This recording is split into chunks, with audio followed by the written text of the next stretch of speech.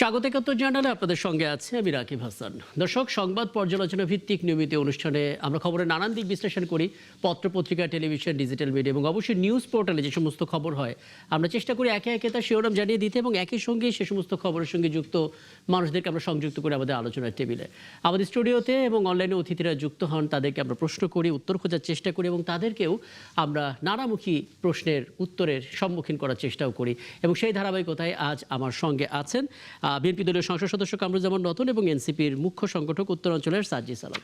দুজনকে স্বাগত জানাচ্ছি এবং এমন একটা সময়ে আমরা আছি যার কয়েক মিনিট বাদে আমরা 5 আগস্টের মধ্যে পৌঁছাবো এবং এটা এমন একটা সময় যেই সময়ে 2 বছর আগে আপনারা যে দুজন এখানে আছেন সেই দুজন যেই দুটি দলের সদস্য, যদিও এনসিপি তখন ছিল না, সবাই আসলে এক কাতারে ছিলেন এবং 2 বছর পরে যখন আপনাদের সামনে হাজির হয়েছি তখন আসলে এমন কিছু ট্র্যাজেডির মধ্যে যেখানে আসলে তর্ক বিতর্ক নানা কিছু সামনে হাজির হচ্ছে।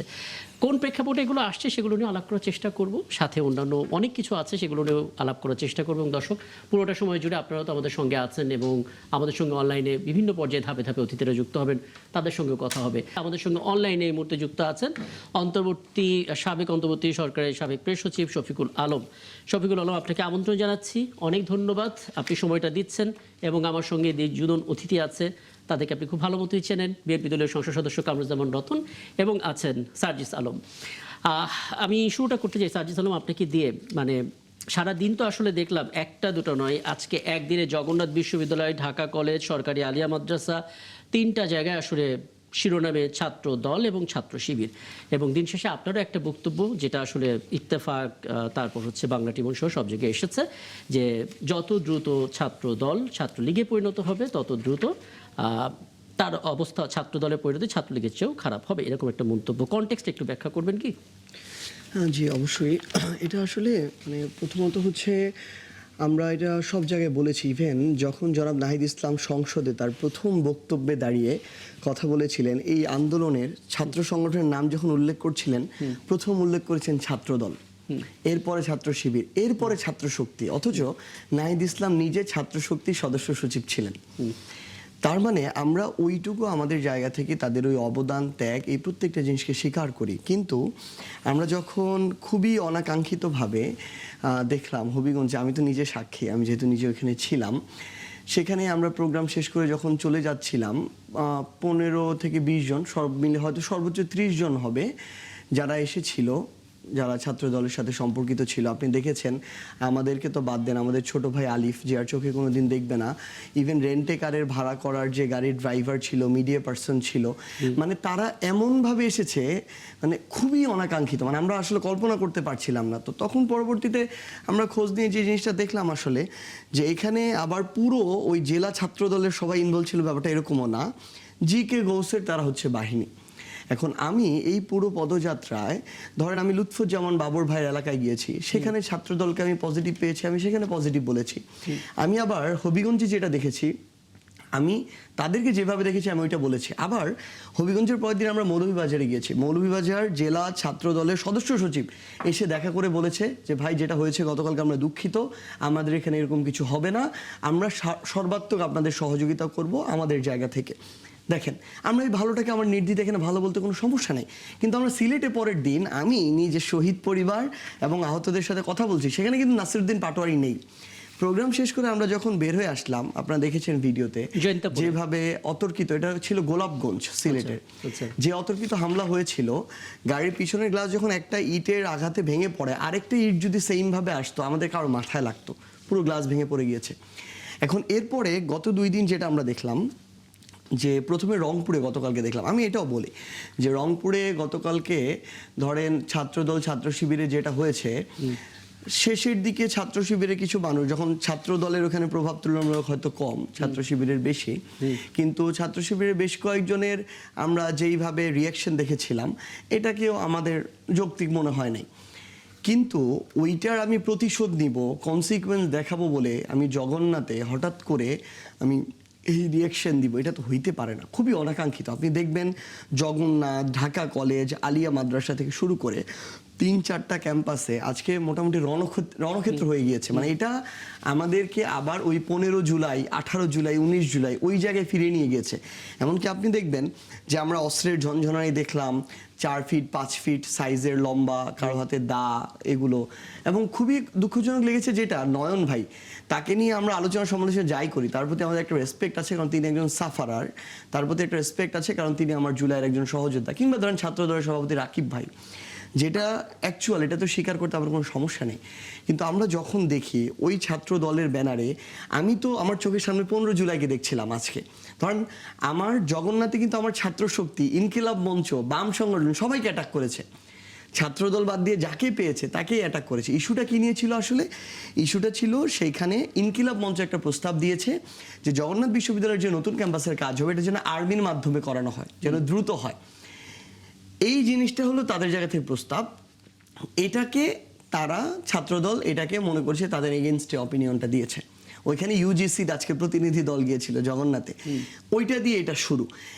আমার ধরেন ছাত্র শক্তির যে ধরেন ছাত্র শিবিরের সাথে গতকালকে কনফ্লিক্ট আমি ধরলাম, ইনকিলাব মঞ্চের সাথে তো কনফ্লিক্ট নাই, ছাত্র শক্তির সাথে তো নাই, বাম সংগঠনের সাথে তো নাই। ছাত্র শক্তির আহ্বায়ক রক্তাক্ত এখন হসপিটালে ভর্তি, ওইটা একটা লেয়ার গেল। পরের লেয়ারটা খুবই দুঃখজনক। আমি শিওর রতন ভাইয়ের মতো যারা ভালো মানুষরা আছেন বিএনপিতে তারাও এগ্রি করবেন। হাসপাতালে ইমার্জেন্সির যে অপারেশন থিয়েটার, ওটির ভিতরে ট্রিটমেন্ট রানিং অবস্থায় ওইখানে গিয়ে পিটানো হয়েছে, বের করে আনা হয়েছে। আপনি দেখবেন এটা তো আমি মনে পড়ে গেল আমার সেই 15 জুলাই যখন ঢাকা মেডিকেলে, যেদিন হচ্ছে ঢাকা মেডিকেলে আমাদের ভাই বোনদেরকে পিটিয়ে ইমার্জেন্সিতে নেওয়া হলো। ইমার্জেন্সি আমি আমার বোন একজনকে নিয়ে ঢুকছি, ওইখানে ছাত্রলীগ আবার আমাদের উপর হামলা চালালো। আমি বলতে পারি যে আপনি 15 জুলাই ছাত্রলীগের যে মুভমেন্ট দেখেছেন, যে অ্যাক্টিভিটি দেখেছেন, এই 4 আগস্টে আপনি সেটা ছাত্র দলের মধ্যে পাচ্ছেন। মানে এটা বা সাম্প্রতিক সময়ের মধ্যে আমি আমার হবিগঞ্জে দেখেছি, এটা গোলাপগঞ্জে দেখেছি। তো আমার কথা যে জায়গায় ভাই এই লাইনটা ইম্পর্টেন্ট, সেটা হচ্ছে কি দিন শেষে এটা কোনোভাবেই কাম্য না। এটা শুধু ছাত্র দলের জন্য ক্ষতি না, এটা বাংলাদেশে বর্তমান ক্রিয়াশীল সকল ছাত্র সংগঠন, সকল রাজনৈতিক দল, বাংলাদেশের স্থিতিশীলতা, বাংলাদেশের ভবিষ্যৎ সবকিছুর জন্য। আমি ইম্প্যাক্ট নিয়ে একটু পরে আসবো। আমি একটু মাননীয় সংসদ সদস্য কামরুজ্জামান নতুন আপনি শুনলেন, এবং আপনি আসলে ছাত্র দলের যে সাম্প্রতিক কর্মকাণ্ড সেটাকে কিভাবে অবজার্ভ করছেন? ছাত্রলীগের সাথে তুলনা করবেন, যেটা আসলে সার্জিস আলম ইঙ্গিত দিলেন? ব্যক্তিগতভাবে আজকে এমন দুজন আলোচক, যে সশরীরে উপস্থিত, আর একজন মানে বাসা থেকে অনলাইনে ভার্চুয়ালি যিনি জড়িত, বিশেষ করে ওনার সাথে পরিচয় হয়েছে অন্তর্বর্তীকালীন সরকারের যে দায়িত্বে থাকা অবস্থায়। ওনার ভাব গাম্ভীর্যতা, ওনার ধীরপ্রত্যয়ী মনোভাব, সাহসী উচ্চারণগুলো, হ্যাঁ, আমার মানে আমি খুব আকৃষ্টভাবেই মনে করেছিলাম আজকের ওনাদের কাছ থেকে শুনবো। এবং জুলাইয়ের অনেক স্মৃতিচারণ, আজকে তো আমরা একটা মাসকে মানে 36 মাস হিসাবে, হ্যাঁ, আন্দোলনের 36 মাস, এটা তো তাৎপর্যতা। আমি অনেক কিছু শিখতে বা আমার অজানা অনেক কাহিনীগুলো, যেহেতু অন্তর্বর্তীকালীন সরকারের খুব দায়িত্বশীল মানুষ ছিলেন শফিক ভাই, আর আমার তো ঢাকা বিশ্ববিদ্যালয়ে ওরা যাদের সাহসের উপরে দাঁড়িয়ে দুঃসাহসের পাখায় ভর করে একটা সফল আন্দোলনে, যদিও ধারাবাহিকভাবে এখানে সব রাজনৈতিক সংগঠন এটা ক্রিয়াশীল ছিল। আমার বেগম খালেদা জিয়ার স্যাক্রিফাইস, তারেক রহমানের বিদেশের অবস্থান, এবং সর্বোপরি আমরা যারাই এটা অন্তর্ভুক্ত ছিলাম ওই পরিমাপটা করার জন্য কিন্তু আসি নাই। কিন্তু দুঃখজনক আজকে সার্জিস ওনার দায়িত্বশীল একটা জায়গা থেকে যে ঘটনাগুলো অবতারণা করলেন। আমি আমার প্রসঙ্গে একটু বলি, আমি মুন্সিগঞ্জ জেলার শহর এবং সদরের এমপি। আগামীকাল আমরা এই 5ই অগাস্টের যে প্রোগ্রামটা, ওইখানে আমরা সব দল মিলিয়ে, জাতীয়তাবাদী দল, ছাত্র শিবির, জামাত ইসলাম, এনসিপি সবাই মিলে কিন্তু আজকেও আমরা প্রোগ্রাম, এবং আগামীকালে সেম প্রোগ্রাম। কিছুদিন পূর্বে আমরা জামাত ইসলাম সবাইকে নিয়ে কচুরিপানা পরিষ্কার এবং আমাদের মাদক বিরোধী আন্দোলন আমরা একসাথে করলাম। তো আমি এখন এই শোয়ের পরে আমি কি বলবো, আমাকে সত্য কথা এবং সত্য নির্ভর এবং সততার সহিত যদি আমি কথাটা বলি, আগামীকাল আমার এই যে এখন যারা আমরা রাজনীতিতে অবস্থান করছি, ক্রিয়াশীল যারা, তাদের সাথে কালকের সম্পর্কটা কি হবে আমি কিন্তু জানি না। আমার যে পরিবেশগতভাবে আমি যে একটা মুড নিয়ে আমি এসেছিলাম, আগামীকালের যে আনন্দ, যারা আমরা বেঁচে আছি এবং বেঁচে থাকার আনন্দের মধ্যে আমাদের যে অর্জনটা, এই অর্জনটা আগামী দিনে একটা আলোকিত বাংলাদেশ করার জন্য যে যার অবস্থান থেকে, ওনারা কি 18 মাস কি করেছেন, কতটুকু পারেননি, আমার ভাইরা সংসদে আসতে পারেননি, যাদেরকে সংসদে বুঝতে পেলে পারছি। এই সংসদ যেটা আপনি এই হতো ইস্যুতে একটু বলেন, এখন ছাত্রদল ইস্যুতে আমি এখন আসছি। আপনার যে প্রসঙ্গ, এটা কখনই এটা কাঙ্ক্ষিত, এটা কোনো বিষয় হতে পারে না। জি। তবে এটা আমি অনাকাঙ্ক্ষিত এই কারণেই বলবো, যেহেতু আমি একটা জেলার প্রতিনিধিত্ব করি, আমার জেলার মধ্যে এই ধরনের সেন্ট্রাল থেকে আমার বিরোধী দলের কারোর সাথে কোনোভাবেই কোনো সংঘর্ষ এবং এই ধরনের পরিবেশ তৈরি হোক, এই যে আজকে যে বিষ বাষ্প একজন আরেকজনের প্রতি যে সংঘাতটা আজকে যেটা দেখলাম, এটা তো কোনো ন্যাশনাল বা আমার দলের তো এটা রাজনৈতিক কোনো প্রোগ্রাম না। কারণ আজকে দেখেন তারেক রহমান আজকে বক্তব্য বলে দিয়েছেন, উনি জুলাইকে সবার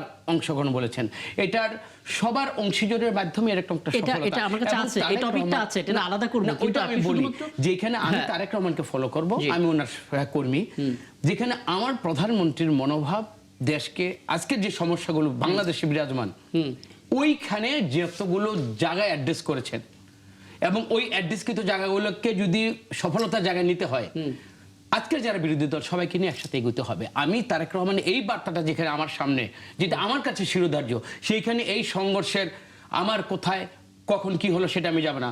তবে সার্জিস ওনাকে আমি বলতে চাই, যেদিন আপনাদের এখানে হবিগঞ্জের ঘটনা হলো, পরের দিন কিন্তু একটা প্রতিবাদ সভা ছিল মুন্সিগঞ্জে। আপনি খবর নেন, আমাদের ছাত্রদল এবং আমরা যারা আছি সবাইকে পানি এবং আপেল দিয়ে আপনাদেরকে আমরা কিন্তু আপনাদেরকে আমরা এরকম বলেছি যে একটা প্রচেষ্টা থাকবে, একটা অন্যায় যদি প্রচেষ্টা আমাদের তরফ থেকে সহমর্মিতা এবং মর্যাদার ক্ষেত্রে আমরা কিন্তু এইভাবে দিয়েছি। অন্যান্য ক্ষেত্রে কোথায় হয়েছে সামগ্রিক বিবেচনার এর বিশ্লেষণ আমি এই মুহূর্তে এখন আপাতত দিচ্ছি না। ঠিক আছে, আমি আপনার কাছে এই প্রশ্নের উত্তর পেলাম না, আবার একটু জানার না, চেষ্টা আমি করব। কিন্তু উত্তর দেব, না। আমি দেখি ওনারা কতটুকু অ্যাগ্রেসিভ আমি বিরতি করে এসে প্রশ্নটা আবার আপনাকে করব। আমি করে then I will just deliver my speech. আচ্ছা, আমি একটু শফিকুল আলমের সঙ্গে কথা বলি। জনাব শফিকুল আলম, আপনার সাথে কথা বলে দুটো সুবিধা আবার আছে। এক হচ্ছে আপনার প্রেস সচিব হিসেবে কাজের অভিজ্ঞতা, সেই সময়টার একটা ধারণা আমরা পাবো কতটা চ্যালেঞ্জে কাজ করতে এসেছেন বা ছিলেন সেই সময়। আর দ্বিতীয় হচ্ছে আপনি একজন সিনিয়র সাংবাদিক, দীর্ঘদিন ধরে আসলে সাংবাদিকতা করেছেন। সেই সাংবাদিকতার চোখ দিয়ে শুধুমাত্র আমাকে এই জিনিসটা বলবেন, 4 আগস্টকেই কেন বেছে নেওয়া হলো? মানে এটা কি কাকতালীয় নাকি আসলে কোনো রকমের একটা প্ল্যান ছিল যে আসলে এই সময়টা একটা কিছু হবে, যেন 5 আগস্টে সব ঐক্যের যে ছাতা, সেই ছাতার মধ্যে না থাকতে পারে, কিছুটা হলো যেন ফাঁক থাকে দলগুলোর মধ্যে? মানে আপনি এরকম কোনো শঙ্কা দেখেন কিনা আপনার? জি। না, দেখেন, 3টা জায়গায় তো আজকে আমরা কিছু ভায়োলেন্স দেখলাম, সেটা খুবই অনাকাঙ্ক্ষিত এবং আমার মনে হয় না যে আমরা যে পলিটিক্সটাকে ফেলে দিয়ে আসছি সেটা যেন আবার রিসার্ফেস না করে। এটা আমাদের সবার ঐক্যবদ্ধ প্রচেষ্টা হওয়া উচিত। আরেকটা জিনিস, এই যে আমরা যে দখলের রাজনীতি, ক্যাম্পাস দখলের রাজনীতি বা যেই ধরনের ক্যাম্পাসকে ঘিরে টেনশন, এটা তো আসলে কোথাও এটা তো কোথাও নিয়ে যায় না। ছাত্রলীগের পরিণতিটা দেখেন বা এইটা বাংলাদেশকে এগোয় না, এগুলো না। আমরা সবচেয়ে আমার এই গভর্নমেন্ট আসার পরে সবচেয়ে আমার যেটা ভালো লাগছে যে পুরো সমস্ত কিছু কেন্দ্র পার্লামেন্ট হয়েছিল। আমাদের যা এই যে ডিবেট বা যে টেনশন গুলো, সেগুলো বা যেগুলো নিয়ে আমরা টেনশন তৈরি হচ্ছে, সেগুলো let's talk in the parliament. এবং আপনি দেখেন ব্রিলিয়ান্ট 2টা সেশন হয়েছে। এগুলো যদি সেশন হয় তাহলে হয় কি, ওই ক্যাম্পাসে কেউ ওর উপর আধিপত্য এগুলো আর থাকে না। কারণ আপনার যে কথাটা আপনি বলার সুযোগ চাচ্ছিলেন সেটা তো আপনি পার্লামেন্টেই বলছেন। তো এই জায়গাটা আমি জানি না এটা এই রাজনীতি সত্যিকার অর্থে আমাদেরকে কোথাও নিয়ে যায় কিনা। এটা যারাই ইনভলভ হোক না কেন, এখানে বিরোধী দল হোক আর যে স্টার্ট করুক, এখন বলবে যে আমার দোষ ছিল না, ও করেছে, ও বলবো আমার দোষ ছিল না, এইটা আমরা না যাই। না যে আমার মনে হয় যে let's focus on the future. আমাদের তো অনেক বড় কাজ আমাদের সামনে, যে একটা দেখেন আমাদের গভর্নমেন্টের সময় আমরা একটা ভয়ঙ্কর একটা বিধ্বস্ত ইকোনমি পেয়েছি, আমরা কিছুটা ড্যামেজ রিপেয়ার করেছি। এখন ওনারা আবার আরো চেষ্টা করতেছেন, সবাই মিলেই তো চেষ্টা যে ইকোনমিকে আবারকে ফিরিয়ে আনা। তো এই টেনশন গুলো যদি থাকে তাহলে এই কাজটা প্রলম্বিত হয়, কাজটা এগোয় না। তো সবাই মিলে আসলে সবার গুড সেন্স সবার জন্য প্রিভেল করা উচিত এবং এমন সময় প্রিভেল করা উচিত যে এই সময় আসলে আমরা আমাদের শ্রেষ্ঠ সময়কে, আমরা 2 বছর আগের যে শ্রেষ্ঠতম সময় পার করেছি তাকে আমরা কমেমোরেট করছি। এই সময় এটা একটা খুবই পবিত্রতম মুহূর্ত। আপনার মনে আছে 4 তারিখে কি ভয়াবহ খুন, আমি অরণবাজারে তখন করতাম, আমার চোখের সামনে একটা ছেলেকে মেরে ফেললো, আমরা দেখলাম তার মাথায় গুলি লেগেছে। তো তো 4 তারিখের যে ভয়াবহ যে অভিজ্ঞতা, আমরা let's think about it, let's মানে আগামীকাল আমাদের বিজয় দিবস, আমাদের এই জুলাই যে গণ অভ্যুত্থান দিবস, সেই জুলাই গণ অভ্যুত্থান দিবসে আমরা আপনার বক্তব্যটা জনাব শফিকুল আলম খুবই পজিটিভ, এবং আপনি এটাই বোঝাতে চাচ্ছেন যে আমরা 2 বছর পেছনে গেলে আজকের দিনটা যে ভয়াবহতা সেটা মাথায় রেখে যেন আমরা আমাদের বেটার এবং বিগার ফিউচার নিয়ে ভাবি। কিন্তু মুশকিল হচ্ছে আমি জানি না 5 আগস্ট যে আগামীকাল দিনটা পড়বে সেটা পার করার পর 6 আগস্টে আবার কি হবে, সেখানে কি আবার সেই একই টোন আমরা দেখবো কিনা। আপনাকে এই প্রজন্মের যাদেরকে আমরা জেনজি বলে থাকি বা তাদের আগের প্রজন্ম হতে পারে, তাদের কাছে আসলে আপনি হাসনাত আব্দুল্লাহ কিংবা নাহিদ ইসলাম তাদেরকে একটু বেশি জবাব দিতে হবে। জবাব দিতে হবে এই অর্থে যে আমরা জানি মাঠে ছাত্র দল ছিল, মাঠে ছাত্র শিবিরও ছিল, অন্যান্য অনেক সংগঠন ছিল, বাট ভিডিও বার্তা তো আপনাদের দেখেছি। সেই ভিডিও বার্তা আপনি বলেছেন যে আগামীকাল অমুক কাজ করবো, আপনারা সবাই চলে আসেন। মানুষ সেভাবে রাস্তায় নেমেছিল, এবং তারা যদি আপনাদেরকে প্রশ্ন করে 2 বছর পর কেন আমরা আগের বাংলাদেশের যেরকম রাজনৈতিক প্রেক্ষাপট সেটা ঘুরে ফিরে দেখতে পাচ্ছি, কেন আসলে ছাত্রলীগটাকে আবারও রেফারেন্স আসছে ছাত্র দলের সাথে, মানে এই প্রশ্নের উত্তরে কি বলবেন আপনি তাদেরকে? না, এটা আমাদের একটা সামগ্রিক ব্যর্থতা। আমাদের বলতে আমরা এখন যারা ক্রিয়াশীল আছি বাংলাদেশের রাজনৈতিক দল হিসেবে বলেন, ছাত্র সংগঠন হিসেবে বলেন, এটা আমাদের চিন্তা চেতনা, মননে, মস্তিষ্কে, কালচারে সব জায়গায় এই যে দীর্ঘ সময়ের যে আমাদের অভ্যস্ততা, এটা থেকে যে আমাদের বের হয়ে আসতে হবে, ওইটা সম্ভবত আমরা মাঝে মাঝে ভুলে যাই আসলে। এবং এটা মানে খুবই অনাকাঙ্ক্ষিত এবং দুঃখজনক। মানে আমার কথাটা হচ্ছে এরকম করেই বলা যে যদি আমরা যে কেউ মানে আগামীতে ছাত্রলীগ হতে চাই, এটা ধরেন আমার ছাত্র সংগঠন, শুধু আমি বিএনপির ক্ষেত্রে বলতেছি না, যে কেউ তার কাজের মধ্য দিয়ে যদি আগামীতে ছাত্রলীগের মতো হতে চায়, তার পরিণতি ছাত্রলীগের চেয়েও ভয়াবহ হবে। এটা যে আমার ছাত্র সংগঠন হয়, যে আমাদের ছাত্র সংগঠন হইতে পারে, বিএনপির হইতে পারে, যে কেউ। কারণটা হচ্ছে এই একটা অভ্যুত্থানের পরবর্তী সময়টাতে আমরা অনেকেই হয়তো যেদিন আমরা আন্দোলনটা শুরু করি যৌক্তিক ওটা সংস্কার আন্দোলন, ডে 1 আমরা ভাবি নাই যে এইটা স্বৈরাচার পতনের আন্দোলন এই দিকে চলে যাবে, কিংবা আমরা একটা সফল গণ অভ্যুত্থান পাবো, কিংবা আমরা এই জেনারেশনে যারা আছে তাদের আমাদের এই পূর্ব অভিজ্ঞতা নাই। কিন্তু আপনি এই গণ অভ্যুত্থানে যেমন 70 বছরের একজন বাবাও রাস্তায় নেমেছিলেন, তার হাত ধরে আবার ওই 5 বছর বয়সের 10 বছর বয়সের একটা সন্তান কিংবা তার নাতিও হাত ধরে নেমেছিলেন। তো সবাই এই অভিজ্ঞতার মধ্য দিয়ে যাওয়া, এবং এই প্রজন্ম রাজনৈতিকভাবে অনেক সচেতন। যে কেউ একটা কিছু করলেই মানে করে পার পেয়ে যায় না, সুযোগ থাকে না, সে বিএনপি করুক, জামায়াত করুক, এনসিপি করুক। কিন্তু দুঃখজনক যে বিষয়টা আসলে সেটা হচ্ছে খুব দ্রুত আমরা আবার ওই ক্ষমতা কেন্দ্রিক যে দ্বন্দ্বের জায়গাটা, ওই জায়গাটাতে চলে গিয়েছি। আমার কাছে যেটা আসলে আমরা মানে আপনি সুনির্দিষ্টভাবে কাদেরকে বোঝাচ্ছেন? আপনি কি নিজেদেরকে ধরছেন? না, আমরা ওই খুব স্বাভাবিকভাবে যার কাছে যত ক্ষমতা সে তত ক্ষমতার অপব্যবহার করতে চায়। খুব স্বাভাবিকভাবে এখন তো এনসিপির কাছে এই জিনিসটা খুবই কম। রাজনৈতিক দল হিসেবে প্রধান সরকারি দল আমার বিএনপি, বিরোধী দল বড় হিসেবে জামায়াত, এরপর এনসিপির মাত্র 6টা আসন। তো আমাদের এটা সামগ্রিকভাবে এই জায়গাটাতে কাজ করার আসলে কোনো বিকল্প নেই, এবং এই দায়িত্বটা আমি মনে করি এখন এটা বিএনপিকে নিতে হবে। কারণ তারা সরকারি দল, তারা সংখ্যাগরিষ্ঠ আসন পাওয়া, তারা চাইলে একটা আইনের পরিবর্তন করতে পারে, তারা চাইলে বাংলাদেশে একটা গুরুত্বপূর্ণ যে কোনো নীতি নির্ধারণের জায়গাটাতে প্রভাব রাখতে পারে, এবং তার ছাত্র সংগঠন হিসেবে ছাত্র দলকেও এই দায়িত্বশীল জায়গাটা নিতে হবে, অন্যদেরকেও নিতে হবে, শুধু আমি তাদের উপর চাপিয়ে দিচ্ছি না। র্যাঙ্কিংয়ে তাদের উপরে রাখছেন? আগে রাখবো, দায়িত্বটা বেশি নিতে হবে তাদেরকে। এবং দুঃখজনক যে বিষয়টা আসলে ধরেন এই যে ঘটনাটা হয়েছে, ধরেন আজকে যেটা হলো, এটা তো আমরা কোনোভাবেই এটা প্রত্যাশা করতে পারি না। এখন দেখেন আমি যে জিনিসটা বলছিলাম, ধরেন আমি first year, second year, third year Dhaka বিশ্ববিদ্যালয়ের হলে থেকেছি, ছাত্রলীগের প্রোগ্রাম গেস্ট রুম করেছি। এইখানে ব্যাপারটা এরকম ছিল, আপনি যদি হলে উঠতে চান, থাকতে চান, আপনার ছাত্রলীগের প্রোগ্রাম গেস্ট রুম করতেই হবে ছেলেদের হলে, আদারওয়াইজ আপনি থাকতে পারবেন না। এই জন্য অধিকাংশ ছাত্র দলের ভাইরা থাকতে পারেনি, যারা ছাত্র শিবিররা থাকতে পারে না, যারা থেকেছে পরিচয় গোপন করে থেকেছে এবং ছাত্রলীগের প্রোগ্রাম গেস্ট রুম করেছে। এটা হচ্ছে রিয়েলিটি চেক। এখন এর ফলশ্রুতিতে কি হয়েছে, ছাত্রলীগ একক আধিপত্য চালিয়েছে। ফার্স্ট ইয়ার, সেকেন্ড ইয়ার আমি বাধ্যতামূলক ছিলাম, তাদের প্রোগ্রাম গেস্ট রুম করতেই হবে। ধরেন আমার ব্যাচে 100 জন ছিলাম, ফার্স্ট ইয়ার, সেকেন্ড ইয়ার 100 জনই প্রোগ্রাম গেস্ট রুম করেছি। থার্ড ইয়ারে গিয়ে হয়তো 50 জন করেছি, ফোর্থ ইয়ারে গিয়ে 20 জন করেছে, মাস্টার্সে গিয়ে সর্বোচ্চ 5 জন করেছে, বাকিটা করে নাই। তাহলে এই যে বাকিরা করে নাই, তারা আসলে শুধু ওই সিটটার জন্য, একটু নিরাপদে থাকার জন্য, তাদেরকে যেন বের না করে দেয়, এই জন্য প্রোগ্রাম গেস্ট রুমটা করলো। এবং আমি দেখেছি আমার ওই সময়ে সিনিয়রদের সাথে যখন আলাদা গল্প হতো, তারা যখন বের হয়ে যেত তীব্র একটা ক্ষোভ নিয়ে বের হতো, কারণ তাদের হাজার হাজার কর্মঘণ্টা, তাদের ক্লাস মিস হয়েছে, ল্যাব মিস হয়েছে, ছাত্রলীগের আওয়ামী লীগের নেতাদেরকে সালাম দিতে গিয়ে, প্রোটোকল দিতে গিয়ে, দাঁড়িয়ে থাকতে গিয়ে। এই ক্ষোভটা কিন্তু দিন শেষে তাদের জন্য কোনো ভালো বয়ে আনে নাই, বরং পরবর্তীতে দেখবেন এই অভ্যুত্থানে আপনি যেই মানুষগুলা আমার বাংলাদেশের রাষ্ট্রীয় বিভিন্ন গুরুত্বপূর্ণ দায়িত্বে ছিল, যেই মানুষগুলো বিভিন্ন চাকরিতে, ব্যবসায়, বিভিন্ন জায়গায় ছিল, আওয়ামী লীগকে যারা ভোট দিয়েছিল তারা যদি সবাই নামতো, এটা আরেকটা ম্যাসাকার হইতো। তারা কিন্তু নামে নাই, কারণ তারাও এই সিস্টেমটার উপরে বিরক্ত ছিল।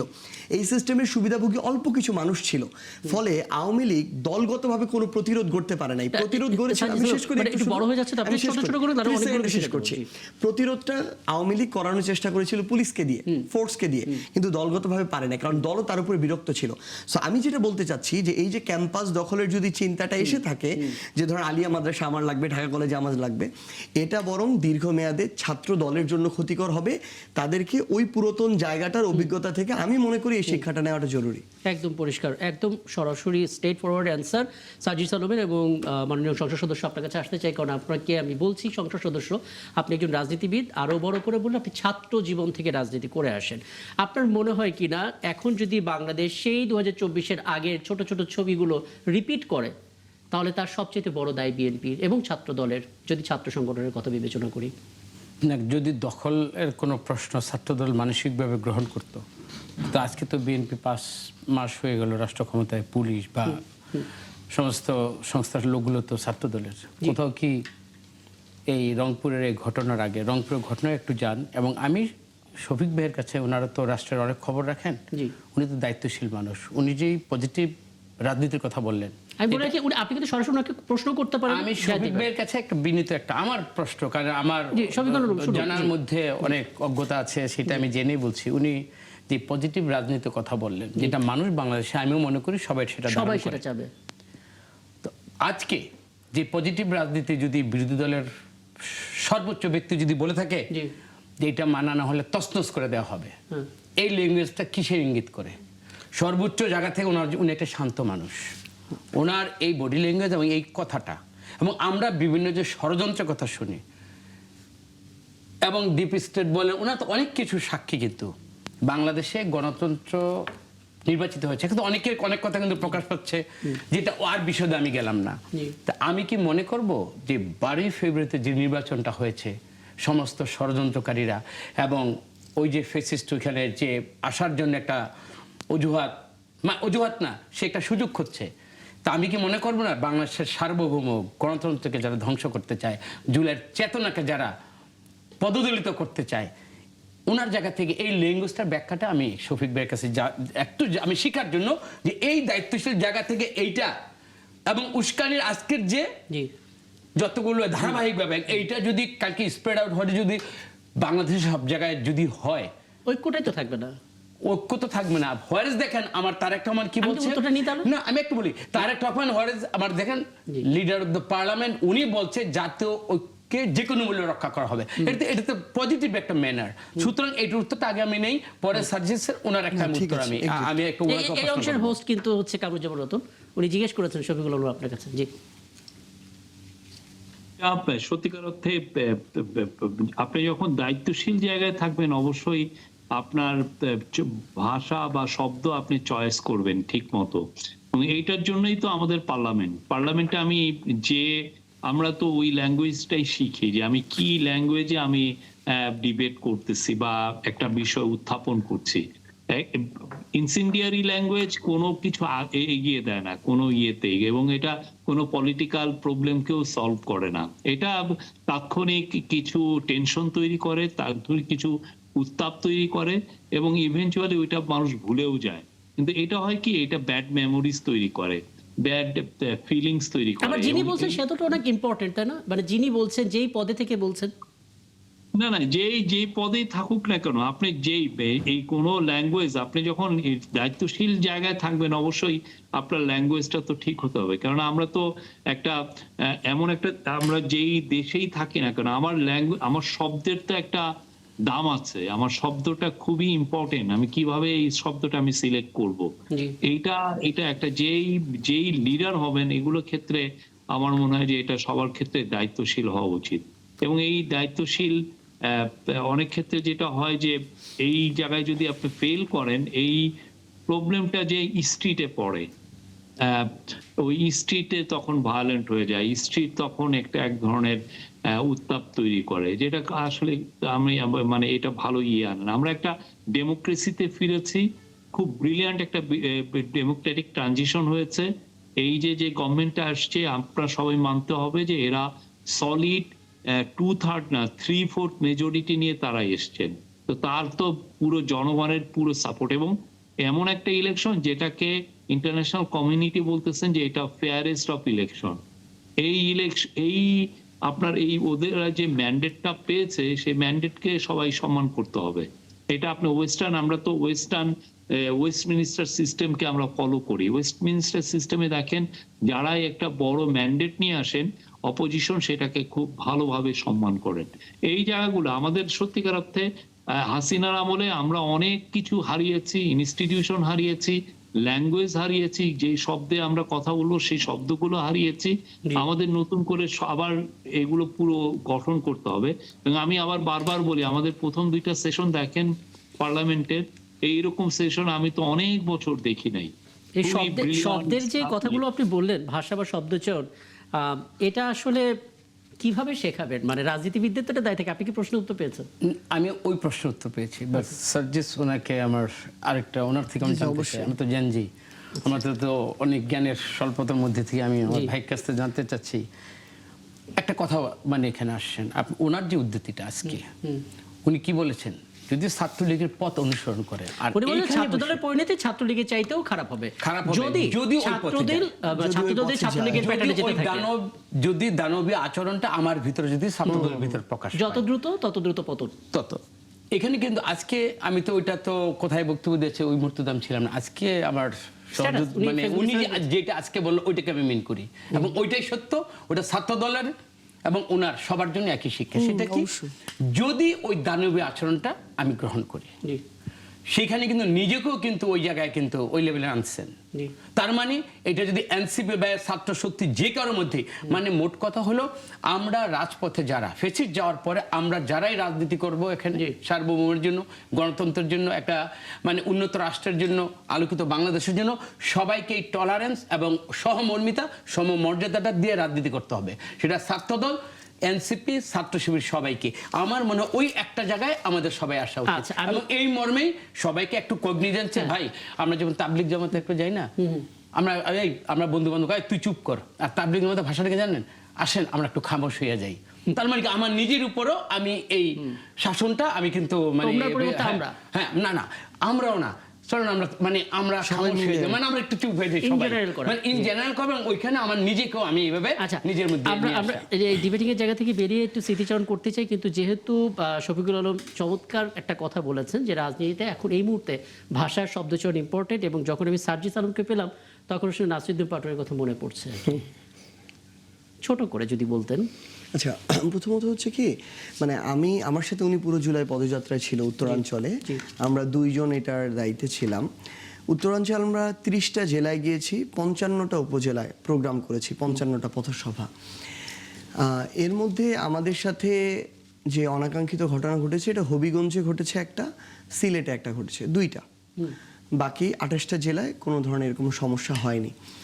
এবং ওনার বক্তব্যের সময় এরকম 4-5টা জায়গায় এরকম বক্তব্য এসেছে, যেই বক্তব্যগুলো ধরেন উনি ওই ব্যক্তিকে কেন্দ্র করে। কিন্তু আজকে আপনার জায়গা থেকে যদি একটা যে কোনো নিরপেক্ষ একটা টিম জাস্ট যায় ওই জায়গাটা অ্যানালাইসিস করে, ধরেন আমি আপনাকে এখানে বলছি যে আমার এনসিপির মানুষটাও ধরেন ওই নেত্রকোনাতে লুৎফুজ্জামান বাবরকে ভালো বলে। আমি যেদিন তাড়াইলে গেলাম কিশোরগঞ্জে, ওইখানকার যিনি এমপি আগে শিক্ষামন্ত্রী ছিলেন, উনাকে আমার এনসিপির মানুষটা ভালো বলে। ভালোকে তো আমার ভালো বলতে সমস্যা নেই।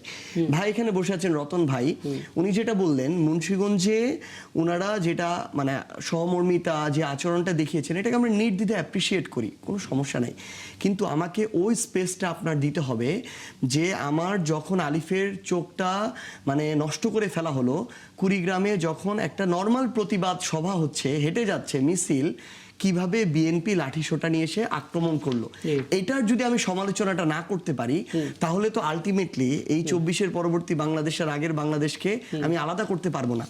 এবং তবে আমি একটা জিনিস বলি, আমরা নিজেরা দলীয়ভাবে নাসির উদ্দিন পাটোয়ারিকে আমরা এটা বলেছি যে আপনি কিছু শব্দ চয়নে, কিছু বাক্য চয়নে আপনার জায়গা থেকে আরো সচেতন ভাবে হবেন। এই স্টেটমেন্ট আমার জানা খুব দরকার ছিল, কারণ মানুষ এটা জানতে চায় যে আপনারা আসলে কিছু বলেছেন কিনা। না, এবং আমি একটু লাইনটা শুধু শেষ করি।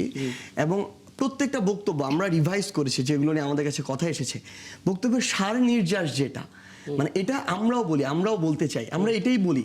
কিন্তু সমস্যা হচ্ছে ধরেন ওই বলার ধরন, যেমন ধরেন রতন ভাই এখানে যেভাবে বলছে এটা একটা প্যাটার্ন, আমার তার একটা, শফিক ভাইয়ের তার একটা, প্যাটার্নটা ডিফারেন্ট। সো আপনাদের কারোটা ফেসবুক রিলস ভাইরাল হবে না, এই কথাটা যদি না, এটা তো এটা আবার আরেকটা রিজনও আছে। এটা একটা রিজন হচ্ছে উনি নির্বাচন থেকে যে উনার একটা আলাদা ওয়েভ তৈরি করেছিল, ওই যে আপনি মাঠ পর্যায়ে যান, মানে ধরেন আমার একটা পথসভায় যদি 2000 মানুষ আসে, 500 মানুষ শুধু এটার জন্য আসে নাসিরউদ্দিন পাটোয়ারির কথা শুনবে, এটারও একটা আছে। তবে আমরা তাকে এটা বলেছি যে আমাদের আসলে মোর আরো এই জায়গাটাতে রেসপেক্টফুল হতে হবে। এবং এটা বলার পর থেকে আমরা সিলেটে 5টা বক্তব্য তার অবজার্ভ করেছি, আমরা কিন্তু ওই বিষয়টাতে তাকে সচেতন ভাবে পেয়েছি। কিন্তু আমরা আরেকটা জিনিসও বলতে চাই, যেটা হচ্ছে আমরা ধরেন খুব দায়িত্বশীল জায়গা থেকে আমরা অ্যানি ভাই থেকে শুনি যে অ্যানি ভাই যখন একটা পাবলিক জায়গায়, আমরা অ্যানি ভাইদেরকে দেখে, আমরা আমার মির্জা ফখরুল ইসলাম আলমগীর, রুহুল কবির রিজভীদের দেখে আমরা বড় হয়েছি বাংলাদেশের রাজনীতিতে, আমরা তাদেরকে ওই রকম জায়গায় দেখে। এখন অ্যানি ভাই যখন একটা বক্তব্যের জায়গায় বলেন যে নাসিরউদ্দিন পাটোয়ারির মতো বেয়াদবরা, এটা কিন্তু আমাদের হার্ট করে, উনি সংশোধন করে দিবেন। কিন্তু যখন আবার উনি এই শব্দটা বলেন, এটা আমাদেরকে অনেক হার্ট করে। এবং আরেকটা জিনিস আমরা দেখলাম, একজন ভাই, উনি সম্ভবত প্রতিমন্ত্রী বা মন্ত্রী হবেন বিএনপির, উনি বলতেছেন যে হাসনাতকে এবং নাসিরকে বাদ দিয়ে যদি এনসিপি প্রোগ্রাম করে তাহলে আমরা তাদেরকে সহযোগিতা করব। তাহলে এই কর্নার করা, আলাদা করে ফ্রেমিং করা, ট্যাগিং করা, আমরা মনে করি এটাও রাজনীতির জন্য শুভ কর্না। বরং আমাদের যদি মনে হয় যে কোনো জায়গায় আমাদের সংশোধন করা প্রয়োজন, এটা লজিক্যাল। আসলে এই জায়গাটাতে এসে না পুরো বিষয়টা ডিম আগে না মুরগি আগের মতো অবস্থা হয়ে যাবে। মানে আমি আগে খারাপ কথা বললাম থেকে রিঅ্যাকশন পেলাম, নাকি রিঅ্যাকশন পাওয়ার পর আমি খারাপ কথা বললাম? এই কথার বিপরীতে কথা হতে পারে, কথার বিপরীতে মানে হামলা হতে পারে না, রক্তাক্ত হতে পারে না, রড দিয়ে চোখ নষ্ট করা হতে পারে না। আচ্ছা, আমার হাতে যেহেতু সময় কম, আমি এখন জুলাই সনদে যেতে চাই, আপনি কিছু যুক্ত করবেন? এইখানে আমার একটা প্রশ্ন, কাকে যেটা খারাপ না, আমি এই যে প্রশ্ন, যাকে নিয়ে প্রশ্নটা, আচ্ছা, নাসিরউদ্দিন উনি বলেছে 5 জায়গায় সংশোধন দেখেছেন। জি, আমি যেহেতু উনি নাই, সত্যি থাকলে যেহেতু তারপর দল করে, আমি আমার একটু প্রশ্ন, সেটা হলো আমাদের দলের এই যে যার নাম বলে, তার চেয়ে আরেকজন জঘন্য, আমি এইখানে অনিয়ার বলছি কিন্তু নামটা বললাম না, যে অমুকের পায়ের জুতা টানার শুনেছেন এটা? কেন রাজনীতি যে জাতীয় ছাত্রদের আমাদেরকে আর সিনিয়র লিডার মানে লিডার নেই, বা এই ধরনের কথা কি আমার তারেক রহমান বলতে বলেছে? আমার মনে হয় কিছু লোক যা বলে না ফেসবুকে ভাইরাল, ভাইরাল শব্দের অর্থ কি? আপনি ভালো সেন্সে আপনি ভাইরাল হবেন। এখন আমার মনে হয় রাজনীতিতে এই যে শালীনতা, এটা শিষ্টাচার, যার যার মানে ইমেজের জন্য, ক্যারিয়ারের জন্য ওইভাবে নিজেকে সচেতন হতে হবে। আমি জেনেতন ভাবে একটা রিক্সা আমার সাথে খারাপ বিহেভ করলো রিক্সাওয়ালা, আমি রিক্সাওয়ালাকে জেনেতন ভাষায় আমি হতে পারি এমপি, তাকে আমি ওই গাড়িটা দিতে পারি না, তাহলে একজন ওই শ্রেণীর মানুষটার মধ্যে আমার মধ্যে আর কোনো তফাৎ থাকলো না। কোনো ব্যক্তির দায় যেমন ওনারা নেবে না, আমাদের দলের মধ্যে। তবে আমি এতটুকু এনি চৌধুরীকে আমি ডিফেন্ড করতে চাই, ছাত্র রাজনীতিতে এবং তার যেহেতু অবদান আছে, সে ওই পর্যায়ে কিন্তু উনি এইটা বলেন নাই। যদি আমি এনির পক্ষেই বললাম, অন্তত এনি চৌধুরী তার জীবনে অনেকটা, তার এই যে মাথার যে টিকিটা, এটা কিন্তু মৃত্যুর হাত থেকে বেঁচে আসছে। সুতরাং এনি চৌধুরীকে আমি একটু বিনীতভাবে অনুরোধ করবো, আপনি ওইভাবে আপনি মিলাবেন না। মানে আমাদের মধ্যে শুধু দু একজন যে নাই, আমি সেটা বলি না, তাদেরকে ডিফেন্ড করার কাজ না, এবং ওইটা আমার রাজনীতির দলে নিতে। আপাতত এখানে থামি, আমরা জুলাই শুধু একটু ভাইয়ের সাথে ছোট করে যদি একটু সংশোধন করে যে ওইটুকু অনার করি। ইভেন আমরা যখন ডিবি অফিসে ছিলাম, আমার হাসনাতের সুযোগ হয়েছিল কয়েদখানায় একটু যাওয়ার, গিয়ে আমরা ওইখানে গিয়ে দেখি এক রুমের মধ্যে রুহুল কবির রিজভী, শহীদউদ্দিন চৌধুরী অ্যানি, নুরুল হক নূর, আন্দালিব রহমান পার্থ, ছোট্ট একটা রুম, ওয়াশরুমের বাথরুমের চেয়ে একটু বড় হবে, শুধু তোষক বিছানো, বেডশিটও নাই, পাশে একটা বাথরুম, ওইখানে এরকম 6 জন জাতীয় নেতাকে ওইখানে মানে শোয়ায় রাখা হয়েছে। তো অ্যানি ভাই তখন এসে বললেন যে তোমরা কিন্তু হতাশ হবে না, আন্দোলন চালিয়ে যেতে হবে। তো ওইটা আমাদের স্পিরিটটাকে অনেক গুণ বাড়িয়ে দিয়েছিল। সো ওইটুকু অনার আমাদের আছে, ওই honor থেকে But হয়তো আমরা মানে তাদের একটু- জায়গা থেকে একটু hurt হয়েছে, জি। এক্সপেকটেশনটাও বেশি। জি, তবে আমি একটু বলি, নাসিরুদ্দিন শাহ আমার প্রধানমন্ত্রী এবং তার মেয়ে ফ্যামিলি নিয়ে যেভাবে কথা বলে আসলে এটা দুঃখজনক। ছাত্র রাজনীতি এবং ঢাকা বিশ্ববিদ্যালয়ের পড়ুয়ার এবং এটা বিশ্বাস রাজনীতিবিদ করুন, হিসাবে আমি এতটুকু গেল আমরা আশা করি 3টা না। জার্নাল শুধু নাসিরুদ্দিন পাটোয়ারি টকিং পয়েন্টে ছিল আমাদের, কারণ তার একটা রোমাঞ্চিত আজকে আমি আমাদের সাজিদ আলমের কাছ থেকে আবেগের ব্যাপার। হ্যাঁ। মানে এই ব্যাপারটা কিন্তু আমরাও সহজভাবে খুব হার্ট হই। আচ্ছা। অন্ততপক্ষে যে যাটা স্টপ করে দেওয়া উচিত। ঠিক আছে, আমি এবার একটু জনাব কিন্তু শফিকুল আমরা আলম- যুক্তি সমালোচনা কিন্তু করব। হ্যাঁ, course, অবশ্যই। সেটা করেন। ওই যে against যেটা করবো। যেটা শফিকুল বলেন, ভাষার শব্দচয়নটা ইম্পর্টেন্ট, এটা ঠিক থাকলে অনেক কিছু করা সম্ভব। শফিকুল একটা বিষয় একটু বলবেন, আমরা আজকে শিরোনামে যে কটা করেছি তার ভিতরে একটা হচ্ছে জুলাই সনদ সামনে রেখে পুরো সংবিধান পর্যালোচনা করবে বিশেষ কমিটি, এবং আইন শৃঙ্খলা পরিস্থিতি নিয়ন্ত্রণে রয়েছে স্বরাষ্ট্রমন্ত্রী। স্বরাষ্ট্রমন্ত্রী দুইটা আলাদা বক্তব্য নিয়ে মূলত এটা। এখন জুলাই সনদ নিয়ে আসলে শুরু থেকেই কাজ করেছেন আপনারা। অন্তর্বর্তী সরকারের একটা ব্রেন স্টর্মিং সেশন ছিল, ঐক্যবদ্ধ কমিশনে একটা ছাতার নিচে রাজনৈতিক দলগুলো ছিল, অ্যাকসেপ্টেন্স এবং নোট অফ ডিসেন্স দুটোই ছিল। দিন শেষে একটা কিছু হলো এবং আমরা একটা নির্বাচিত সরকার পেলাম, কিন্তু সব কিছু আটকে আছে দুটো শব্দের মধ্যে, সংশোধন এবং সংস্কার। আমরা যখন এই দুটোই মীমাংসা করতে পারিনি, তখন বিশেষ কমিটি নিয়ে আপনি আশাবাদী? আমি তো মানে এইখানে কিন্তু শব্দের কোনো আমি তেমন কোনো খুব যে ডিফারেন্স আমি দেখছি না। আপনি সংশোধন বলেন আর সংস্কার বলেন, ওই একই তো। আপনি তো এটা সাম সর্ট অফ অ্যামেন্ডমেন্টই তো বলে, বা আপনি পুরোটা ওভারঅলিংও তো এক ধরনের অ্যামেন্ডমেন্ট। তো এইটা নিয়ে আমার মনে হয় না যে খুব বড় কথা হচ্ছে যে যেই স্পিরিটে গণভোটটা হয়েছিল সেটাকে ধারণ করা হচ্ছে কিনা। একদিকে দুইটা জিনিস, এক হচ্ছে 70%, প্রায় 70% লোক গণভোটে জুলাই চার্টারকে অ্যাপ্রুভ করেছে, এবং আরেকটা দিকে এট দ্য সেম টাইম আবার বিএনপি 3/4 মেজরিটি নিয়ে এসছে। জি। এখন সংসদে আমার মনে হয় যে কতটুক জুলাই চার্টারের কতটুক নেওয়া হবে, নোট অফ ডিসেন্ট নিয়ে নেওয়া হবে নাকি এটা লেট দ্য পার্লামেন্ট ডিসাইড। আমার মনে হয় যে আমাদের খুব ঘন ঘন পার্লামেন্ট সেশন করে এই যে আমাদের কিন্তু দেখুন একটা বিষয় একটু দেখুন, মানে এখানে যে বিশেষ কমিটির কথা বলা হচ্ছে, কমিটির প্রধান হিসেবে থাকছেন আমাদের স্বরাষ্ট্রমন্ত্রী মানে সালাউদ্দিন আহমেদ, এবং উনার প্রতি আসলে 11 দলে যারা আছে তারা কম বেশি সবাই অসন্তুষ্ট। এখন উনি যদি প্রধান থাকেন এবং যত ভালো ডিসকাশনের একটা আয়োজন করুক না কেন, ওই যে একটা অসন্তুষ্টি, সেই অসন্তুষ্টি জায়গা থেকে সলিউশন আসতে দেরি হবে, কিংবা মাঝখানে একটা চ্যালেঞ্জ তৈরি হবে, কি বলবেন? তারা কিন্তু নামও দেয়নি এখন পর্যন্ত। 11 দলের আমার মনে হয় যে এইখানে একটা জিনিস তো, আপনি বিএনপির হয়ে বা বিএনপি ভুক্ত যে জোটের হয়ে তো পুরো কনসেনসাস কমিশনের সাথে যে আলোচনাটা, এটা তো পুরো নেতৃত্ব দিয়েছিলেন সালাউদ্দিন ভাই। জি। হ্যাঁ, সালাউদ্দিন আহমেদ এটা নেতৃত্ব দিয়েছিলেন। তো সেক্ষেত্রে তার যে আন্ডারস্ট্যান্ডিং, এবং তার সাথে তো ওই সময় আপনি যদি দেখেন টিভিতে তো প্রত্যেকটাই লাইভ শো হতো, আমরা নিজেরা যে বসেও থাকতাম, জি। তো সবার সাথে তো এই ধরনের এক ধরনের আন্ডারস্ট্যান্ডিং ছিল। জি। আমি বলি যে যেই ডিফারেন্সটাই হোক না কেন, সেই ডিফারেন্সটা মানে খুব বড় এমন কোন ডিফারেন্স না। এটা এই যে সংসদে বসে একটা সাব কমিটি করে বা নিজেরা ইভেন ওপেন ফ্লোরে ডিসকাশনের মাধ্যমেও সেটা আসলে এটা মিটানো যায়। এটা খুব বড় আমি কোনো ক্রাইসিস দেখি না এখানে। এটা it's going to be solve very soon, এবং এটা জাস্ট আর জুলাইয়ের যে স্পিরিট এটা সবাই ধারণ করে, এমন না যে স্টুডেন্টরা নিচ্ছে, বিএনপি নিচ্ছে না বা জামাত নিচ্ছে না, সবাই ধারণ করে। একটা জুলাইকে সামনে রেখে আমি মনে করি যে জুলাই চার্টারে যা আসছে সে তার মধ্যেও আবার নতুন করে কনসেনসাস হবে। একদম, এটা আপনি মনে করেন। মুশকিল হচ্ছে বিরোধী দল 11 দল সেটা মনে করে কি? না, আমি এখানে আংশিক দ্বিমত। মনে করে কিনা এটা আমি সাজিদ আলমকে জিজ্ঞেস করেছি, শফিকুল আলম, দেখি উনি কি বলেন। জি, আমি এখানে আংশিক দ্বিমত যে জায়গাটাতে আসলে মানে এটা তো সংসদে নতুন করে আবার এটা নিয়ে কথা বলার ওই মানে কথা হতে পারে নতুন কোনো বিষয় নিয়ে। এটা নিয়ে তো ওই সংবিধান সংস্কার যে কমিশন অন্তর্বর্তীকালীন সরকারের, সেখানে 1 বছর ধরে ঘন্টার পর ঘন্টা ধরে লাইভে চুলচেরা বিশ্লেষণ হলো, একটা রোড ম্যাপ তৈরি করা হলো, এই অধ্যাদেশ, এই জুলাই সনদের আমার ধারা উপধারা হওয়ার পরে সেটার উপরে একটা গণভোট হলো, সেখানে মানুষ রায় দিল। তারা যেহেতু 2/3 মেজরিটি পেয়েছে, এখানে তারা অ্যারাউন্ড 50% মানুষের ম্যান্ডেট নিয়ে সরকার গঠন করেছে। ওই মানুষেরাই তো 70% ম্যান্ডেট দিল যে এই সংস্কারটা করতে হবে। তার মানে শুধু বিরোধী দল না, বিএনপিরও বড় সংখ্যক একটা মানুষ, এমনকি জনাব তারেক রহমান নিজে বলেছেন জুলাই সনদের পক্ষে ভোট দিতে, হ্যাঁতে ভোট দিতে।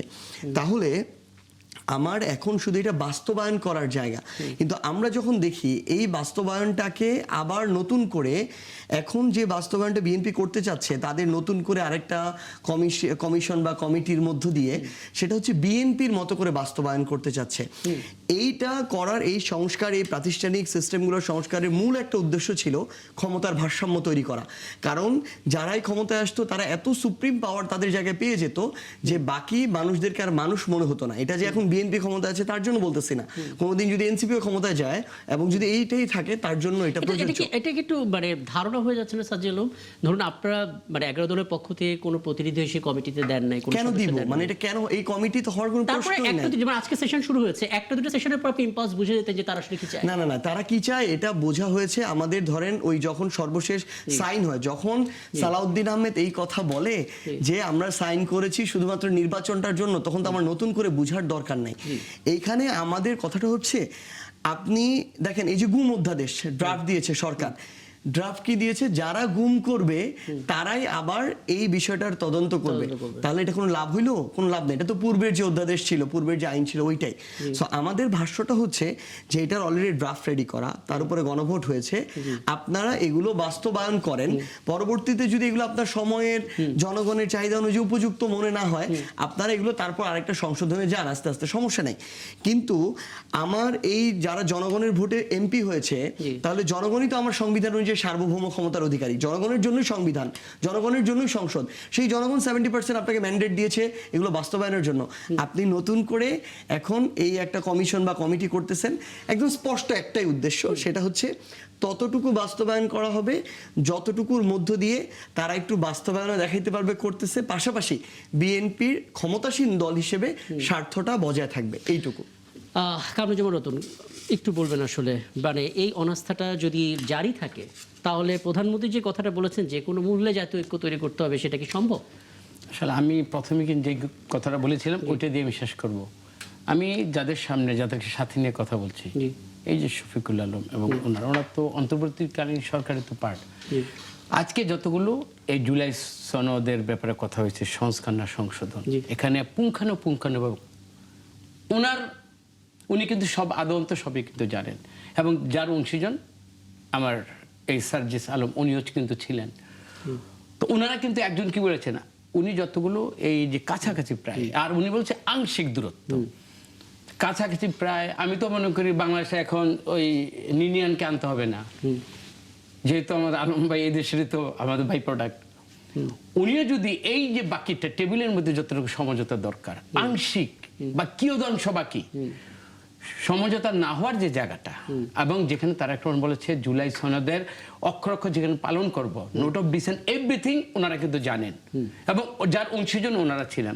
তাহলে তখন বল জামাত ইসলাম সহকারে প্রথম জুলাই সনদ তো সাইনটাতে এনসিপি বেহেরা করে নাই, পরবর্তীতে করেছে। আচ্ছা, আমার তো মনে হয় যেখানে প্রসঙ্গটা আনছেন সালাউদ্দিন ভাই বলেছে যদি নির্বাচনে না যায় নির্বাচনটাই হতো না। তা আপনাদের সহপাঠী তো আসিফ কি বলেছেন যে 29 সালে নির্বাচন হতো যদি এই ডেটে নির্বাচনটা হতো না। আমার চেয়ে নিশ্চয়ই আপনারা ডিপ স্টেট বলেন বা কি হতে যাচ্ছিল, কেন নির্বাচনটা সালাউদ্দিন সাহেব একটা শঙ্কা থেকে কোনোভাবে একটা নির্বাচনের জন্য, আর কোন নির্বাচন, যে নির্বাচনে বিএনপিকে, তারেক রহমানকে, বেগম খালেদাদের ইমোশনকে এবং ধানের শীষের প্রতীককে মানুষ বেছে নিয়েছে।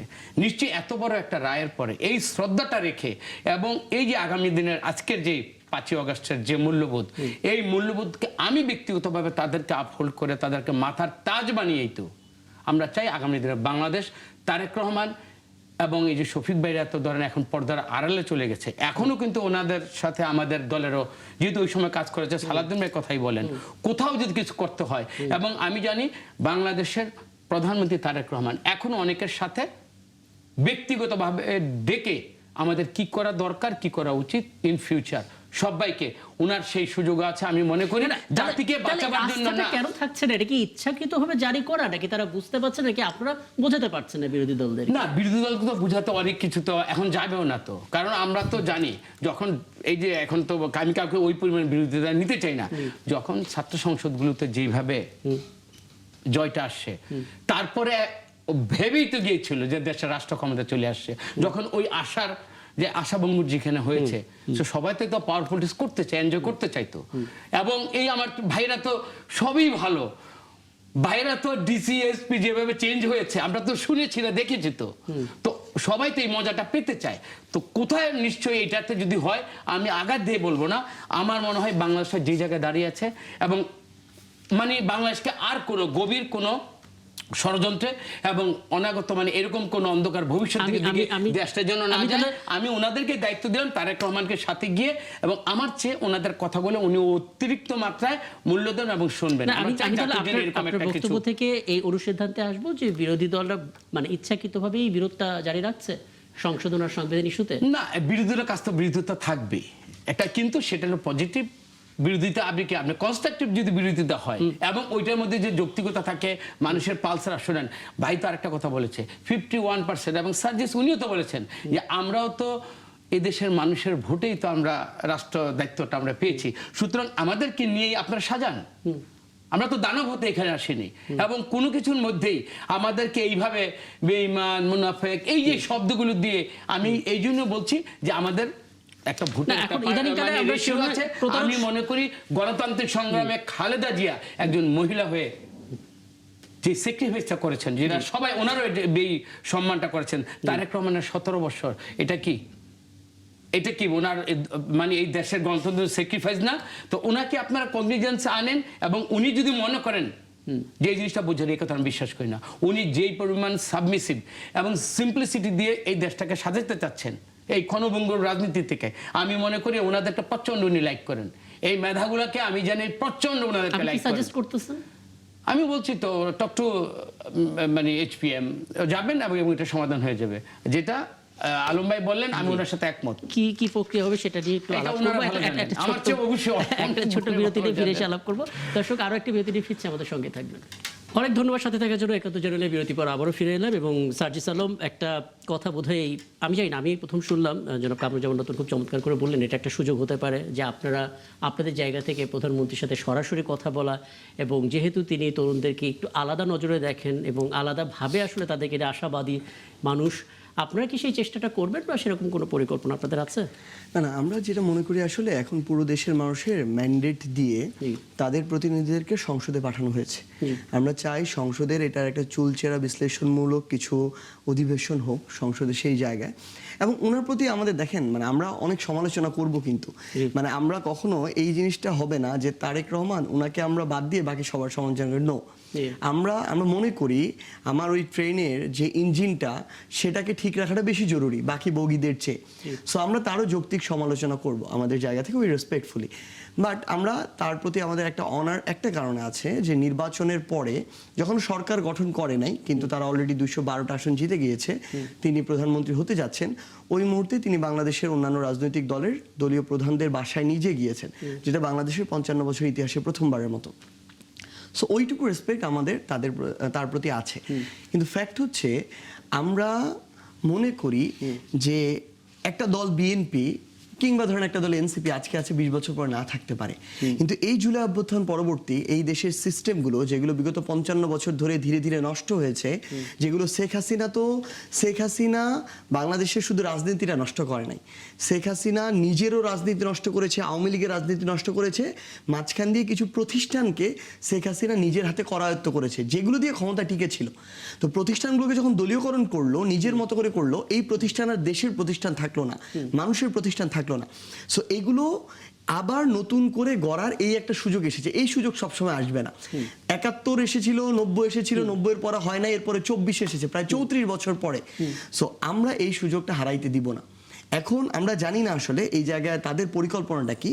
আমাদের ভাষ্যটা হচ্ছে আপনাকে জনগণের স্বার্থ, দেশের স্বার্থকে সামনে রেখে এই সংস্কারগুলো করতে হবে।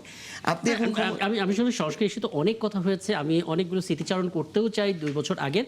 তার আগে ছোট করে এই অংশটাকে একটু সমাধানটা দেবেন যে আপনারা কি আলোচনা করবেন কিনা, যে সরাসরি না, আমরা চাই এটা আলোচনাটা সংসদে হোক। এটা ইন্ডিভিজুয়াল একটা পার্টিগতভাবে বিএনপি এনসিপির আলোচনাটা তো কেমন দেখায়, বরং সংসদে তারা তো জনগণের লেজিটিমেট বডি ওটা, এবং সবাই প্রতিনিধি। সো সেই জায়গায় একটা আলোচনা হোক, পুরো দেশের মানুষ এটা লাইভ দেখুক, এটা হলে বেশি ভালো। বুঝতে পারছি। জনাব শফিকুল আলম, এখন বাজে দিবাগত রাত 5 আগস্ট 12:37, এবং এখন থেকে 2 বছর আগে আপনার মনে হচ্ছিল সকালে শেখ হাসিনা ভারতে চলে যাবে হেলিকপ্টারে করে। এই সময়টা একটু স্মৃতিচারণ করতে চাই। কি করছিলেন আপনি এই সময়? কি ছিল দেশের পরিস্থিতি আপনার লেন্সে, আপনার চোখে? জি। এটা ভয়াবহ ছিল, এবং আমার মনে হয় যে 4 তারিখে যতদিন আপনি যদি দেখেন, 18 তারিখে প্রচুর খুন হয়েছে, সম্ভবত 100 জন, এবং 4 তারিখে 108 জনের মতো, এটা সবচেয়ে বেশি। 4 তারিখে আমার ছেলে তারা গিয়েছিল এই পুরো আন্দোলনে জয়েন করতে। তো ওরা যে একটা জায়গায় আটকে গিয়েছিল, আমার মনে আছে যে আমি রাত 11টায় একটা গাড়ি নিয়ে যে ওর 7টা ছেলেকে, ওদেরকে আমি নিয়ে আসছিলাম। তো ওইটা একটা খুব চ্যালেঞ্জিং ছিল, বিকজ আশেপাশে গোলাগুলি হচ্ছে। 4 তারিখে যেটা হয়েছে যে তাদের, আমি যেটা পরে শুনেছি, ওরা চাচ্ছিল যে গণভবনের সামনে দিয়ে এই যে পুরো থেকে শুরু করে শাহবাগ পর্যন্ত মানে ম্যাসিভ হত্যাযজ্ঞ করতে, যাতে কেউ সাহস না পায় যে এই গণভবন পর্যন্ত আর নেক্সট টাইম যেতে না আসতে পারে। এটা আমরা পরবর্তীতে ওই যে এসএসএফ এর অনেকের সাথে আমরা শুনেছিলাম যে তারা ওইটা ওভারহিয়ার করেছিল এটা। তো ওই দিন রাতে আবার আমার ওয়াইফ ময়মনসিংহে আসছিলেন, উনি আসতে আসতে রাত 2টা বেজে গেছে। মানে একটা আমাদের একটা খুবই জরুরি কাজে ময়মনসিংহ যাওয়া লেগেছিল। তো ওইটা নিয়েও আমার টেনশন ছিল।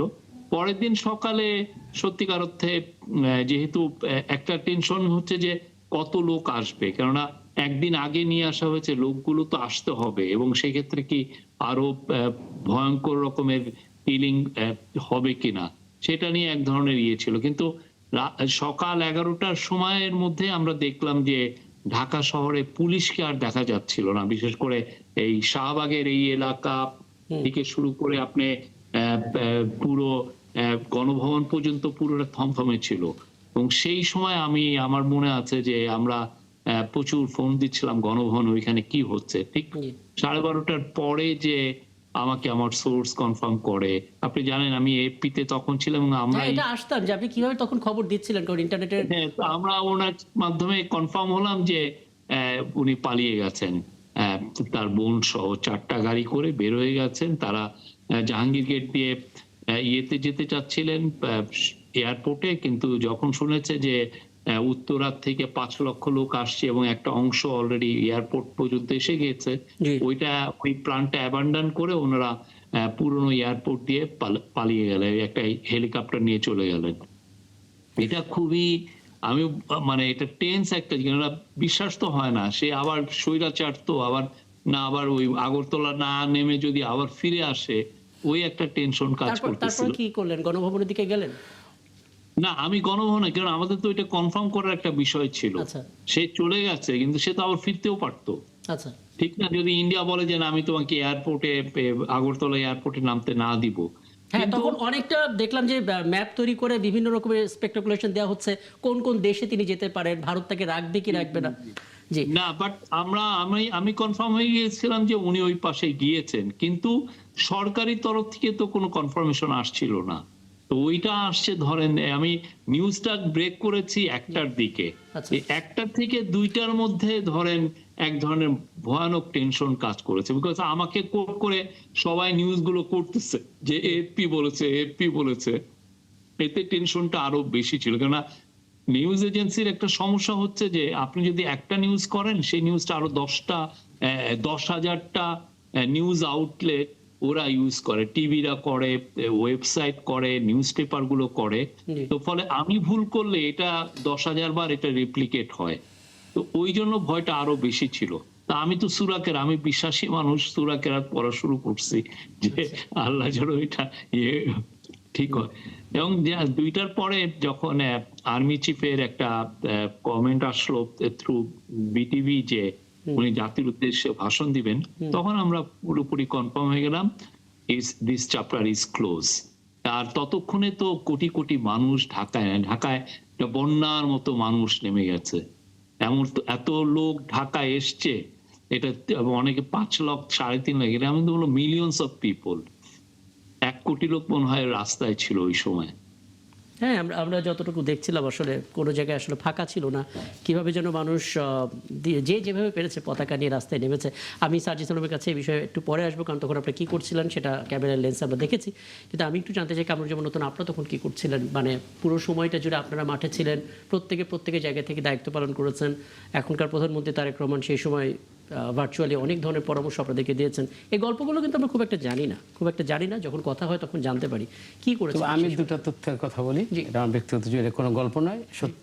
কারণ আমি যার দুইজনের সম্পর্ক, দুইজনে জীবিত আছেন। ওনাদের অন্তর্বর্তীকালীন সরকারে এক গুরুত্বপূর্ণ খুব মন্ত্রী, আমার ব্যক্তিগত বন্ধু, আচ্ছা, বলতে দ্বিধা নিয়ে আর কবে বলে উপদেষ্টা আসিফ নজরুল।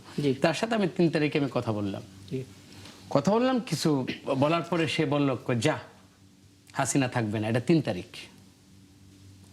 ওর কথাটাতে আমি ভ্যালুস দিলাম, আমি এটাকে বিশ্বাস করলাম। তারপর যেটা মহাসচিব স্যার গত পরশুদিন প্রথম আলোতে একটা সাক্ষাৎকার দিয়েছিল, ওই যে বিবরণটা দিল, টেলিফোনগুলো আসলো, আর্মি চিফ গাড়ি পাঠালো, অ্যাট দ্যাট টাইম আমি আমার ওয়াইফ সহকারে, আমরা তো একটা মানে অ্যাবসকন্ডিং অবস্থায় ছিলাম, যেহেতু উনি ইউনাইটেড হসপিটাল কর্নারে থাকতো, আমি আশেপাশে একটা জায়গায় লুকিয়েছিলাম। তো এই যে সার্বিক অবস্থাটা দেখে কৌতূহলী মনোভাব এবং আমাদের যা করণীয়, ওর পরে আমি স্যারের বাসায় গেলাম। তখন ওই আর্মির গাড়িটা ওনাকে উঠিয়ে নিয়ে গেল এবং আমরা তখন ভাবি সহকারে, আমি আমার ওয়াইফ সহকারে ওইখানে বসা ছিলাম। ওই সময়টা এবং স্যারের যে বর্ণনাটা, আরো কিছু কথা আছে, ওইগুলো আর আমরা জাস্ট এই মুহূর্তে বলতে চাই না।